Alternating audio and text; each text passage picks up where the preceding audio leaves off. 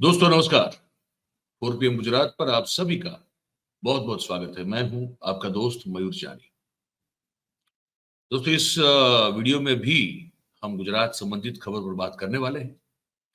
कुछ ऐसी खबरें हैं जो मुझे लगता है कि आप तक पहुंचाना ज़रूरी है, उसी पर बात करेंगे। भाई ये है कि लगातार ये घटना इस तरह की घटना हमारे सामने आती रहती है, तो अब हमारी भी मजबूरी है कि हमें इसको रिपोर्ट करना पड़ता है। करते वक़्त अच्छा नहीं लगता है, क्योंकि इसमें बहुत सारी जो कहते हैं ना कि बदनामी तो हमारे प्रदेश की होती है, लेकिन अब जर्नलिस्ट हैं तो उसका काम यही है कि सच जो है उसको देखें और लोगों तक उसको पहुँचाएँ। ये लगातार ड्रग्स फैक्ट्री का मामला जो है, ड्रग्स यहीं पे गुजरात में ही बनाना और यहाँ से फिर जो है बाहर उसको भेजते रहना, ये इसको बर्स्ट किया जा रहा है। लगातार एक के बाद एक घटनाएँ हमको देखने को मिल रही है, सुनने को मिल रही है। फिर से एक ऐसी घटना हुई है। हाँ, ये अहमदाबाद है, यहाँ से आप अगर राजकोट की ओर निकलोगे तो वो जो हाईवे पड़ता है उसमें कम से कम यहाँ से लेके 30 किलोमीटर तक का एक पूरा इलाका है जो एक तरह से इंडस्ट्रियल इलाका है। वो अहमदाबाद से चांगोदर और चांगोदर से बावला तक आप मान के चलते हैं, वहाँ तक राइस मिल वगैरह बहुत है। और चांगोदर तक जो है वो अलग-अलग फार्मास्यूटिकल कंपनीज़ बहुत काम कर रही है। फार्मास्यूटिकल कंपनीज़ मेजरली जनरली उनकी सबसे बड़ी जो मतलब सबकी सभी जो बड़ी कंपनी है, उनकी जो प्रोडक्शन यूनिट्स हैं, वो फैक्ट्रियाँ जो है वहीं लगी हुई है, चांगोदर में।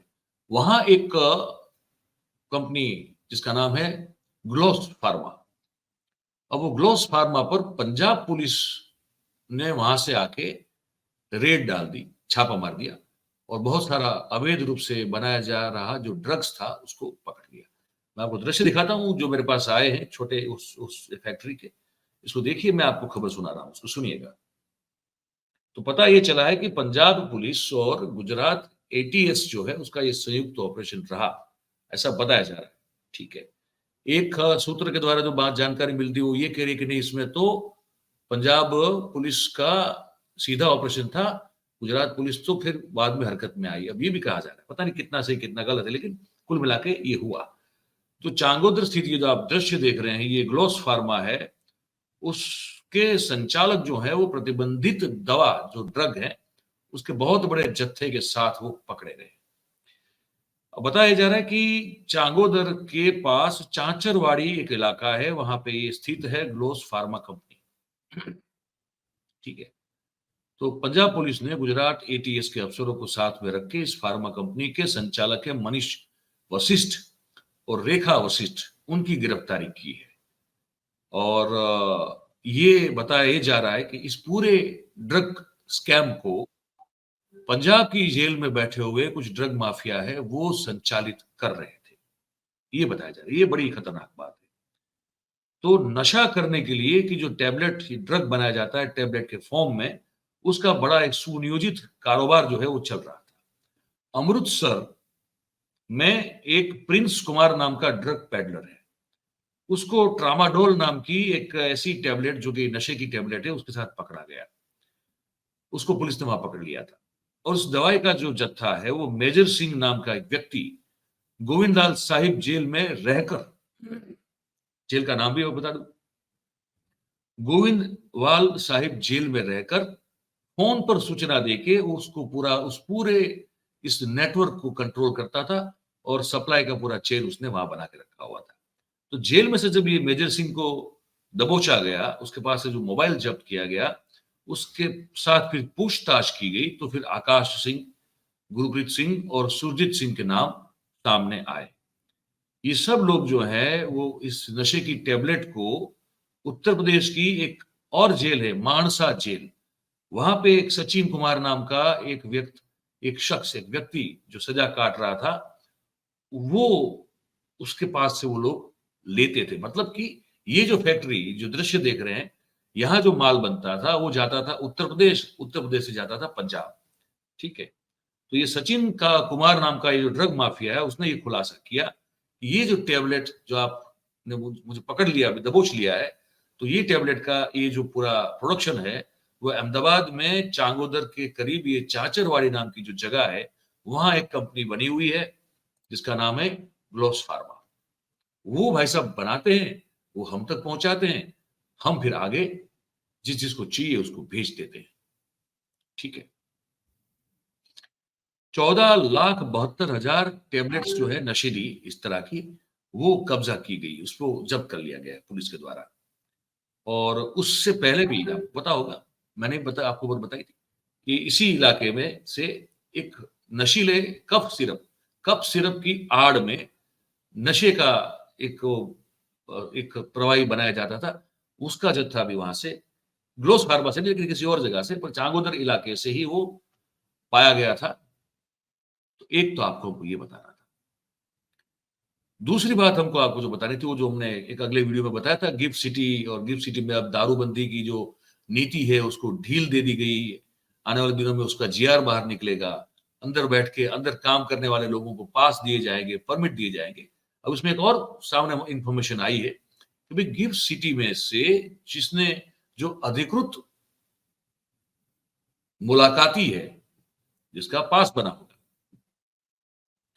तो वो अगर जाता है तो उसको एक टेम्पररी परमिट दी जाएगी कि भैया आप अगर जा रहे हैं अंदर, तो जा रहे हैं तो फिर वहां तो अंदर शराबबंदी का कायदा कानून नहीं लगेगा। बड़ी बड़ी होटल या रेस्टोरेंट या पब या जो भी होगा, उसमें आप बैठ के आप वाइन एंड डाइन कर सकते हैं।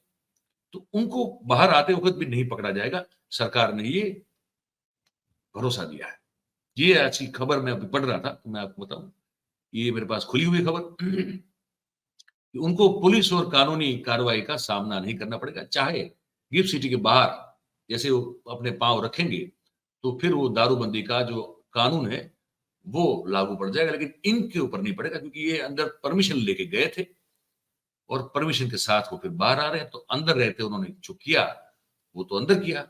अगर शराब पी तो अंदर पी, बाहर फिर पी के भी क्यों ना निकले, पर वो फिर पुलिस भी ना पकड़े और कानून की भी कोई जो है वो उसका प्रभाव उस व्यक्ति पे नहीं पड़ेगा। ये हमारे पास अपडेट आ रहा है। अब इसको लेकर जो है हमारा जो गृह विभाग है वो एक गाइडलाइन बनाएगा, और उस गाइडलाइन में कुछ चीजें हमारे पास आई है, वो आपको बता दें। इसके नीति नियम बनाने की प्रक्रिया चल रही है। ठीक है।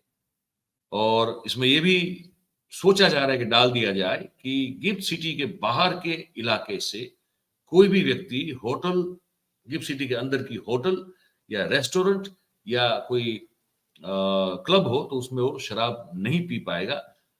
पर कंपनी आप किसी कंपनी की मुलाकात पे जा रहे हैं, आपका कोई ऑफिशियल काम है, और उस कंपनी का जो सीनियर अथॉरिटी होगा, वो अगर आपको उस पास पर जो है साइन करके देगा या तो परमिट दे देगा कि हाँ भाई ये हमारे बहुत ही वीवीआईपी मेहमान है, इनको तो हमको शराब पिलानी ही पड़ेगी, तो उनको जो है वो फिर छूट मिल जाएगी।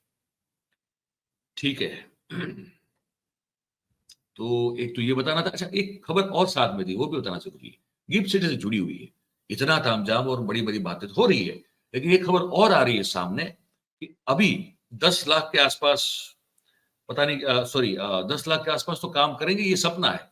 लेकिन अभी जो आंकड़ा है, जो लोग अभी उस जगह पे काम कर रहे हैं जहां जिसकी ऑफिस खुली हुई है, जो कर्मचारी वहां नौकरी करने के लिए जाते आते रहते हैं, वैसे बताया जा रहा है कि 20,000 कर्मचारी अभी गिफ्ट सिटी में है।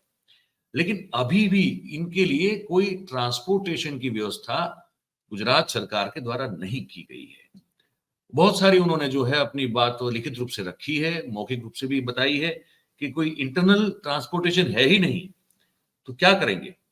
मेट्रो ट्रेन भी जब चालू होगी तब भी इस समस्या का समाधान नहीं होने वाला है, क्योंकि 20,000 लोग अभी तो काम कर रहे हैं। तो ज्यादातर लोग जो है अहमदाबाद से वहां अप डाउन करते हैं, 30-40 किलोमीटर का रास्ता हो जाता है।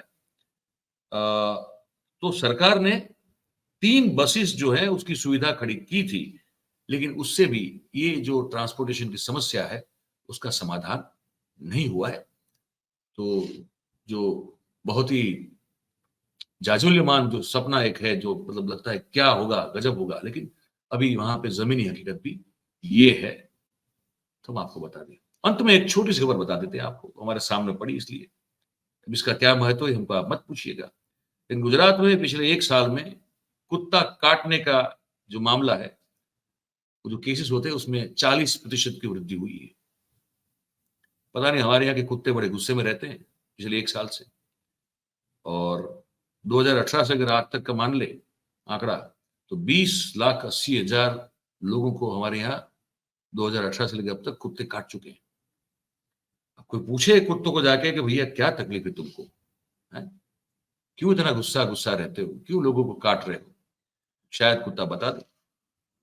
और कोई ऐसा होना चाहिए सत्ता में बैठे लोगों में से जो कुत्तों की जो है वो भावनाओं को समझ सके, तो शायद पता चल जाए, तो शायद कुत्ते जो है काटना कम करते हैं।